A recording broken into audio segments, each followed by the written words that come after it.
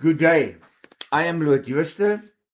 I greet you from Olifantshoek in the Northern Cape. I greet you in the name of God the Father, the Son, Jesus Christ, and the Holy Spirit. Let us close our eyes and approach God in prayer. Almighty Heavenly Father, in the name of Jesus Christ our Lord, we approach you where you are sitting on your throne with Jesus on your right-hand side. We praise and glorify your holy name in gratitude for all your unmerited goodness in our lives. We thank you for the wonderful privilege of sharing a message from your infallible word with one another again today. I ask now that your Spirit makes your word understandable to each of us.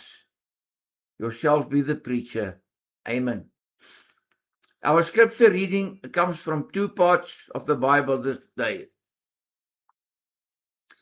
Exodus 20 and Matthew 19. I will read the seventh of the 10 commandments to you.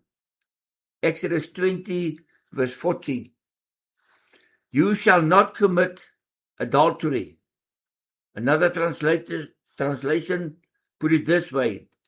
You shall not be unfaithful to your husband or your wife and sleep with someone else. Matthew 19 verse 1 to 9. And when Jesus has finished these words, he departed from Galilee and came into the region of Judea, beyond the Jordan. And great multitudes followed him, and he healed them there. Then the Pharisees came to him to test him and said to him, Is it unlawful for a man to divorce his wife for any reason? And Jesus answered them and said, Have you not read that he who made them male and female from the beginning, and said, For this reason a man shall leave his father and mother and be joined to his wife, and the two shall become one flesh. So that they are no longer two, but one flesh. Therefore, what God has joined together, let no man separate. The Pharisees said to Jesus, Why then did Moses command that a certificate of divorce be given and that she be put away? Jesus answered them, Because Moses, due to the hardness of your hearts, permitted you to divorce your wives. But from the beginning it was not so. But I say to you, whoever divorces his wife except for sexual immorality and marries another commits adultery. And whoever marries such a divorced woman also commits adultery. Thus far our scripture reading. In the creation account in Genesis 2 verse 23 to 24, man and woman become one flesh. God instituted marriage as a lifelong and holy union between one man and one woman, in which they become one flesh. I put before you Genesis 2 verse 23 to 24. Excuse me. Overwhelmed with joy, the man said, At last I have found someone who is like me, someone with a body just like mine. I am going to call her woman, for she is part of me. That is why to this day a man leaves his parental home to live with the woman he loves. Their love for each other makes them one in body and spirit. Adultery violates this divine institution. From a biblical perspective, adultery is a transgression of the seventh commandment. Violating this commandment infringes upon chastity and breaks the marital bond.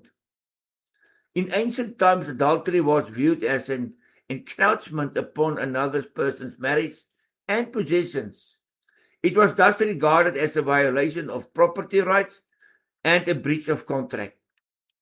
Adultery brings vengeance, pain, and destructions to the immediate family, the extended family, and the community.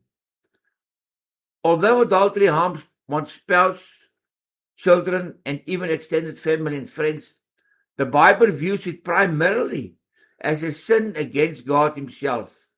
For example, the words of Joseph in Genesis 39, verse 7 to 10. I give it to you. Joseph was well built and handsome, and Potiphar's wife took notice of him. She said quite bluntly to Joseph, an unmarried young man about 17 years old, "Come, sleep with me." Joseph refused, saying, "Your husband has entrusted everything in this house to me. He does nothing without consulting me first. I have the greatest authority in this house, and your husband grants me whatever I ask, except, of course, for you, his wife. How then could I betray this trust and sleep with you? Such a thing is deeply wrong and a great sin against God." According to Exodus 20, verse 14, the seventh commandment, adultery means having sexual intercourse with someone other than one's own spouse. God regards marriage as a permanent, holy union between one man and one woman, a union he, God himself, instituted. It is considered a sin that erodes trust, shatters marital unity, and constitutes a transgression against God. It also violates the physical and emotional oneness established by God. Consider the heartbreak experienced by the spouse, children, and family members when such a thing occurs within a family. In the Sermon on the Mount, Matthew 5, verse 27 to 28, Jesus teaches that adultery is not merely a physical act. It begins in the heart when someone looks at one another, someone other than their spouse, with sinful, lustful desire. I give to you Matthew 5, verse 27 to 28. Jesus says, "You also know this law. Do not sleep with someone to whom you are not married. However, I tell you today that evil, lustful desires begin in a person's mind, not in their actions. For instance, if you look at another woman in such a way that you desire her sexually in your thoughts, you have effectively already slept with her in your mind and committed adultery." Adultery is committed in the heart the moment one casts a lustful glance. The focus therefore lies on a person's inner purity. Paul warns Christians in his first letter to the church in Corinth that unrepentant adulterers will not inherit the kingdom of God. And the writer of Hebrews warns Christians that God will judge such acts. There is no difference in the ultimate faith, hell, awaiting Christians who persist in committing adultery and those who do not know God when the day of great judgment arrives. In 1 Corinthians 6, verse 9 to 11, Paul wrote, "Do you not realize that this is not the way to behave? Anyone who refuses to live according to God's will is not welcome in his new world, the heaven. Do not deceive yourselves. People who misuse sex, those who engage in same-sex relations, and those who disregard the rules of marriage will not see the inside of God's new world." Hebrews 13, verse 4. Married people must respect the marriage bond and must not be unfaithful. God himself will deal with those who are unfaithful or engaged in sexual immorality. I give you again Hebrews 13, verse 4. And listen very carefully. Married people must respect the marriage bond and must not be unfaithful. God himself will deal with those who are unfaithful or engaged in sexual immorality. In the revelations of Jesus Christ to the Apostle John on the island of Patmos, Jesus states in quick succession that those who persist in sexual sins until the end of their earthly existence, those who do not permanently break away from them, will not be admitted into the New Jerusalem. Only the lake burning with fire and sulfur awaits them. This is the second death, meaning hell. In Revelations 21 verse 8, the risen and ascended Jesus himself is speaking to John.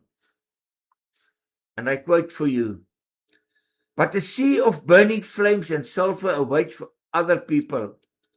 Those are the cowardly people who do not listen to me. They do the vilest things. They sleep around and engage in sexual acts that one ought not to commit." And then a few verses further in Revelations 22 verse 13, Jesus is still speaking to John. He says, people who have lived vile lives will have to remain outside. In God's city, the New Jerusalem, there is no place for them. This applies also to the sexually immoral. They will not see the inside of God's city. Jesus Christ is very serious here. In a question of a few texts, he repeats himself and tells John that people who live sexually immoral, they will for sure not see the inside of God's city unless they repent and turn away. Now what happens to persistent adulterers in the lake of fire that never stops burning and where the worm never stops devouring? Matthew 8 verse 12b. In the darkness of hell, the pain and anguish of those without God will overwhelm them. Matthew 22 verse 13b. Throw this man out. In hell he will feel what it means to gnash one's teeth in pain. Matthew 25 verse 30b. He belongs in hell, where people gnash on their teeth in pain and weep in anguish. Remember this vitally important lesson, and I want you to listen very careful. As adulterers, you do not love one another. You love only your flesh, your own flesh, driven by lust. Any two people who truly love each other would not want to drag their beloved one down to hell with them.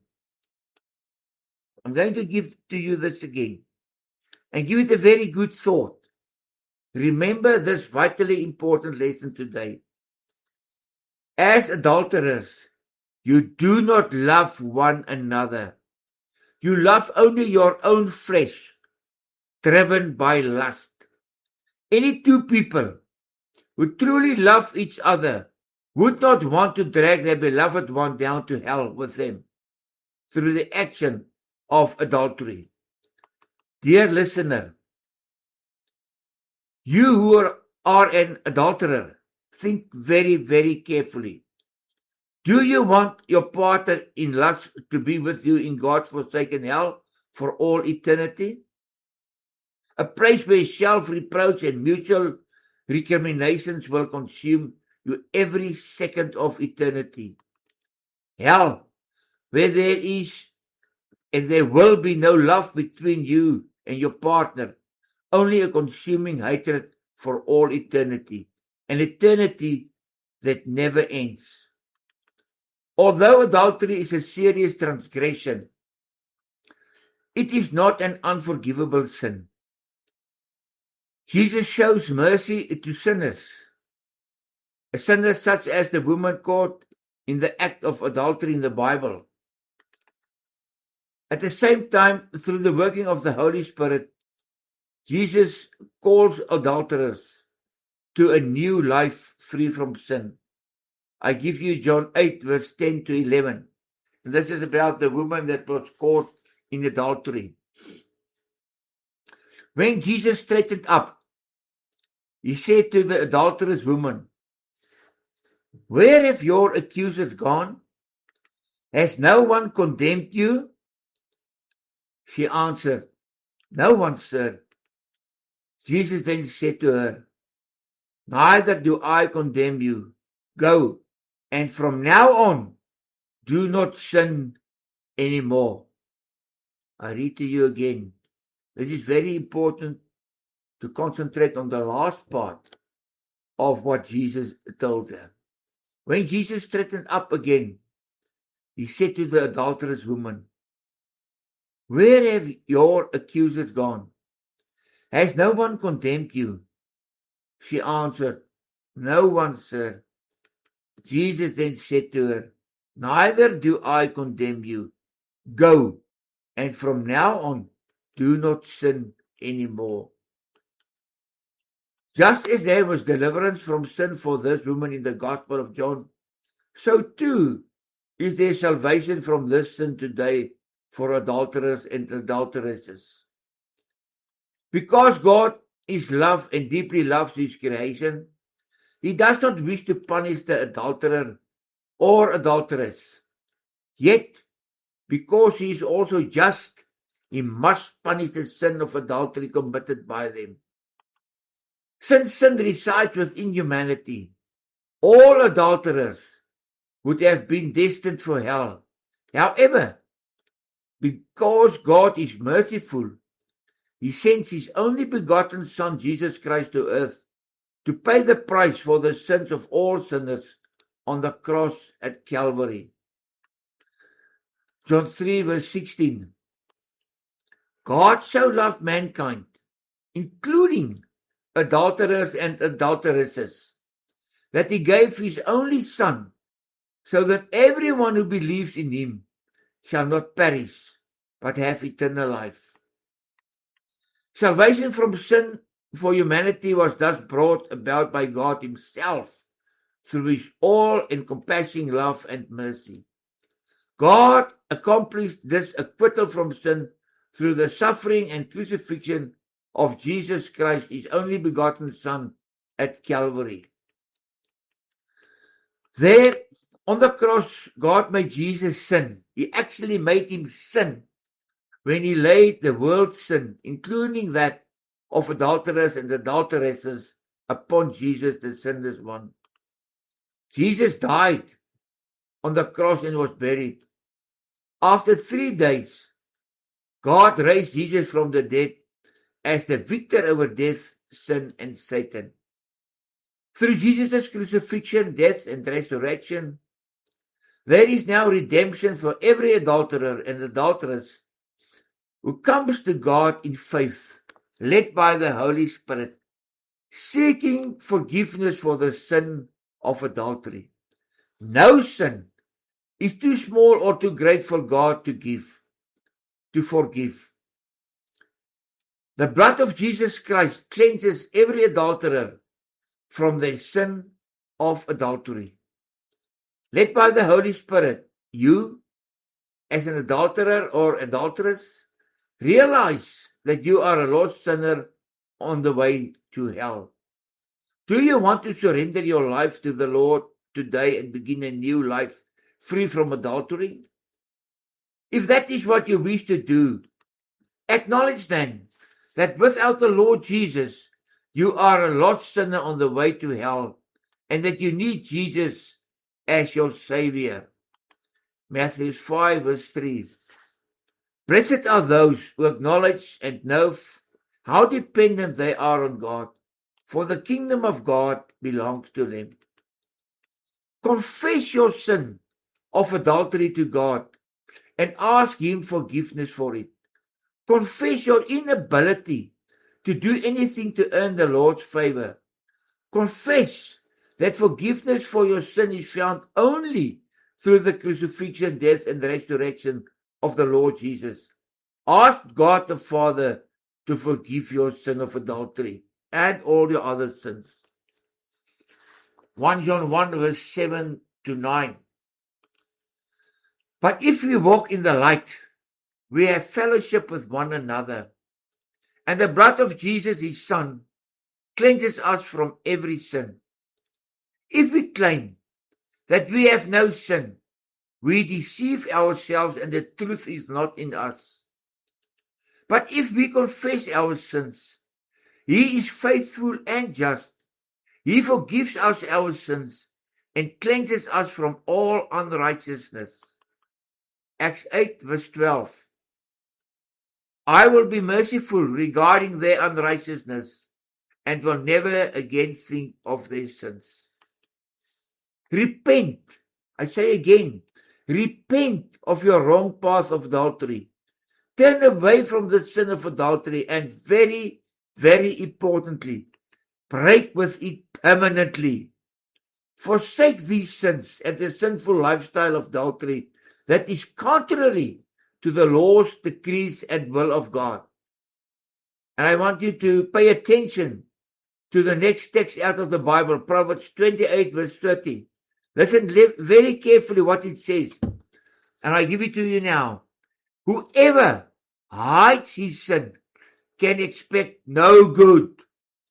Whoever confesses his sin and turns away from it, means breaks permanently with it, will receive mercy. I give it to you again. This is one of the most powerful texts in the Bible that tells us how important it is to repent from your sins and to break permanently with it. Not to repent from your sins and do it again in 2-3 days. No, to break with it permanently. I give to you Proverbs 28 verse 13 again. Whoever hides his sin can expect no good. Whoever confesses his sin and turns away from it, it means breaking with it permanently, will receive mercy. And that is a promise. Surrender now your life to God. Ask God to come and rule your life and take control of it. Revelations 3 verse 20. Look, I stand at the door and knock, says Jesus. If anyone hears my voice and opens the door, I will come into him or her and share a feast with him or her, and he or she with me. Believe that Jesus' death on the cross and his resurrection were sufficient for God to forgive your sin of adultery and all other sins, to adopt you as a child of God, and to give you the gift of eternal life. Believe that you now belong to God, with God's heart within you. It's very important. You must take God's heart, the emotions, the love of God's heart into your body. Romans 10 verse 10 to 13. With the heart we believe and are acquitted of our sin, and with the mouth we confess and are saved. Everyone who calls on the name of the Lord will be saved. If you wish to surrender your life to the Lord now, by permanently breaking away from your sinful life and of adultery and other sins, and by receiving eternal life as a free gift from God through faith in Jesus Christ alone, then pray the following prayer after me. Do this, and I state it again, do this only if you truly desire to break free from your sin of adultery and any other sins. Almighty God, I come to you in the name of Jesus Christ, led by the Holy Spirit. I acknowledge that I am a lost sinner because of my sinful lifestyle of adultery. I acknowledge that I am trapped in the sin of adultery. I believe that Jesus paid for this sin of adultery on my behalf on the cross at Calvary, through his death and resurrection as the victor over death, sin, and Satan. I accept Jesus as my Savior and surrender full control of my life to you. I repent of my adultery. I confess it before you today and ask that you forgive it and every one of my other sins. I ask that you cleanse me with the blood of Jesus. Help me through the work of the Holy Spirit to turn away from my sin of adultery, to break free from it permanently, and to follow you for the rest of my life. I also pray that the Holy Spirit will lead those with whom I committed adultery to you. Thank you for the gift of eternal life that I now have. Amen. If the prayer that you've just prayed reflects the desire of your heart, see what the Bible says about it. In John 6 verse 47, Jesus said, I assure you, whoever believes in me has eternal life. John 1 verse 12, to all those who accepted Jesus, those who believe in him, he gave the right to become children of God. Go now and testify about what God has done for you. Matthew 10 verse 32, Jesus says, everyone who openly declares their faith in me before others, I will also openly acknowledge before my Father who is in heaven. So live a life of gratitude towards God and do good works. Do the good works not to earn life, but eternal life, but to thank God for your salvation from adultery and other sins, and for the eternal life he has gifted you. Grow in your faith. Read your Bible every day, starting with the Gospel of John. Pray to God every day. Worship regularly in a congregation where the word of God is proclaimed purely. Fellowship with other believers so that you can grow in your faith together. When you see the warning signs of temptation regarding adultery, beg God for strength to resist it and turn away from it. 1 Corinthians 6 verse 18. Paul says, flee from your sexual immorality. No other sin affects a person's body as directly as this one does. For when you commit sexual immorality, you sin against your own body. It's so important. For when you commit sexual immorality, you sin against your own body. Remember, Satan is the father of lies. He will try to convince you that you love your partner in adultery and cannot live without him or her. That is a lie. God is not a man that he should lie, and therefore he will never use love as the cause of adultery. Remember, God tempts no one. It is your own choice if you wish to yield to Satan's carnal, lustful temptations. James 1, verse 13 to 16. Let no one say, when he or she faces temptations, I am being tempted by God. For God cannot be tempted by evil, nor does he himself tempt anyone.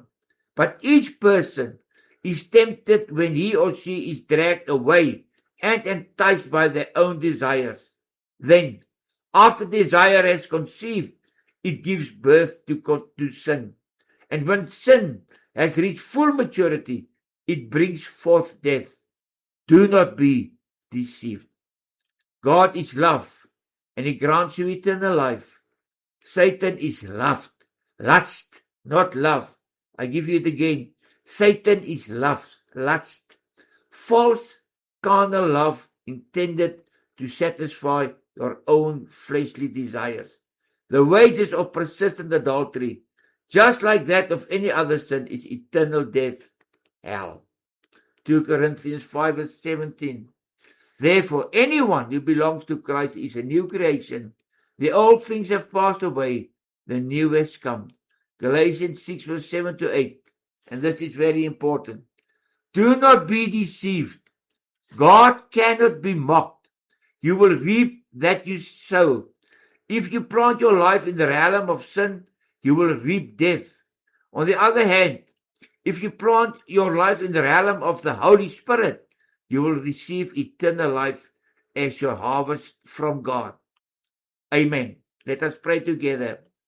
Almighty Heavenly Father, accept our thanks for the precious few minutes spent together around your word. Lord, it is my prayer that those struggling to break free from the sin of adultery, that destroyer of the lives of adults and children alike, will come to their senses and break away from it permanently.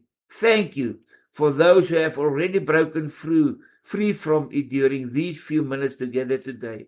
Holy Spirit, please grant each one the strength to stand firm against the mighty onslaught of Satan, the great destroyer of marriages. We pray this in the name of Jesus the Christ, name above all names, the only name given to us by which we may come to you. Amen. Until next week, watch out for the red lights of adultery.